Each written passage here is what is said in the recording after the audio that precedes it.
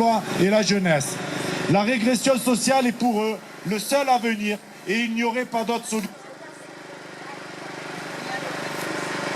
Ils veulent nous faire croire qu'il est temps de serrer la ceinture pour construire l'avenir de nos enfants.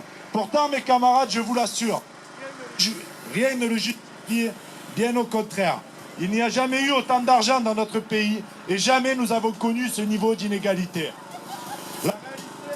La réalité...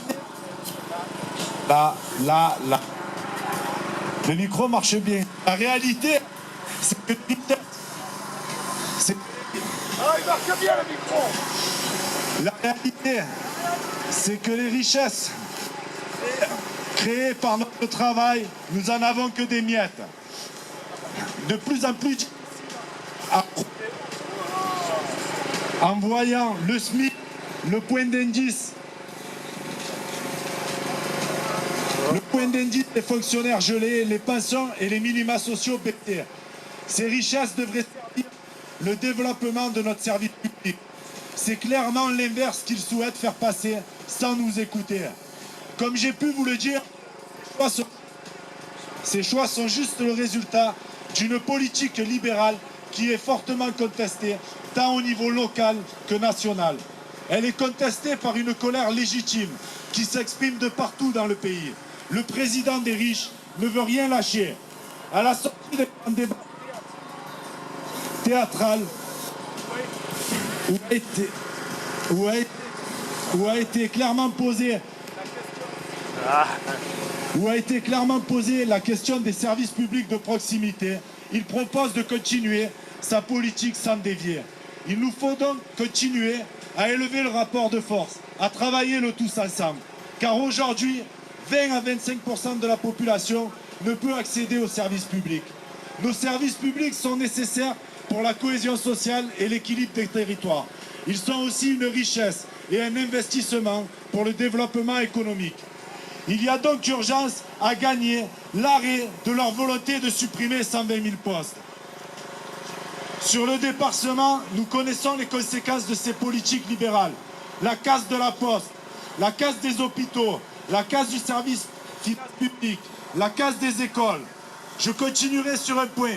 C'est la volonté plus globale de détruire notre protection sociale, notre système de société. La réforme des retraites est le plus bel exemple de la société individualisée qu'il propose.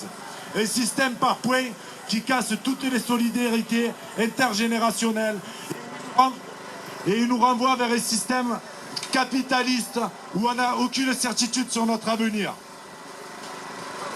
Ils nous disent qu'ils ne veulent pas allonger l'âge de départ à la retraite, mais c'est bien en allongeant le temps de cotisation qu'ils vont l'allonger. Donc on n'a aucune certitude. C'est toujours le même discours.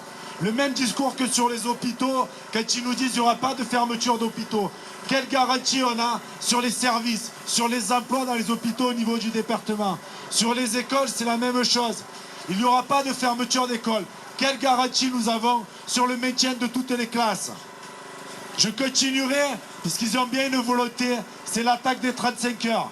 Donc on a une nécessité, c'est à tous s'organiser ensemble pour continuer à se battre dans la rue, tous les mardis, tous les jeudis et tous les samedis, puisqu'il y a une mobilisation aujourd'hui dans le pays qui appelle tous les samedis.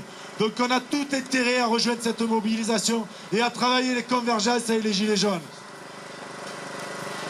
Alors oui, pour la CGT, il y a urgence à gagner.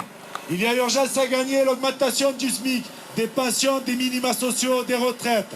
Il y a urgence à gagner une fiscalité progressive permettant de financer des mesures visant à la justice sociale, solidaire et écologique. Une sécurité sociale qui rembourse à 100%, financée par les cotisations sociales et la mise à contribution des revenus du capital. La création de pôles publics gérés par les citoyens, financés par les cotisations sociales et la mise à contribution des revenus du capital. Une TVA à 5,5 pour les produits de première nécessité, notamment le gaz et l'électricité, le rétablissement de l'impôt sur la fortune, la suppression du CICE et tous les mécanismes qu'ils mettent en place pour le conforter à hauteur de 40 milliards d'euros pour financer l'augmentation générale des salaires des privés et de la fonction publique. Avant de conclure, je souhaiterais juste juste dire quelques petits mots sur ce qui se passe aujourd'hui dans le département, dans notre département, mais aussi de partout dans le pays. Sur la répression que subissent les camarades qui luttent.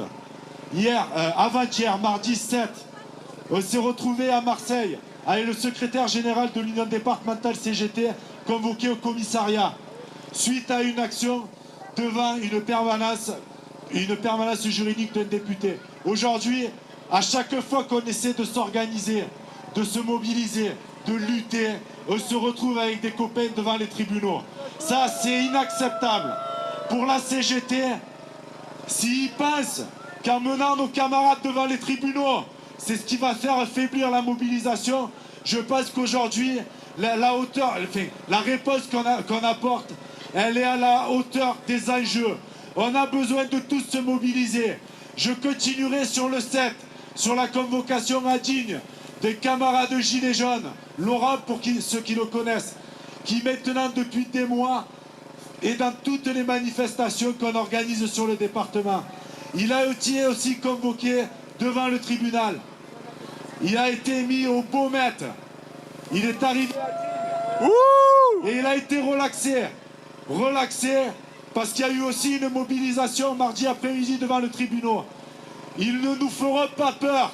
Ils ne casseront pas les mobilisations en menant nos camarades devant les tribunaux.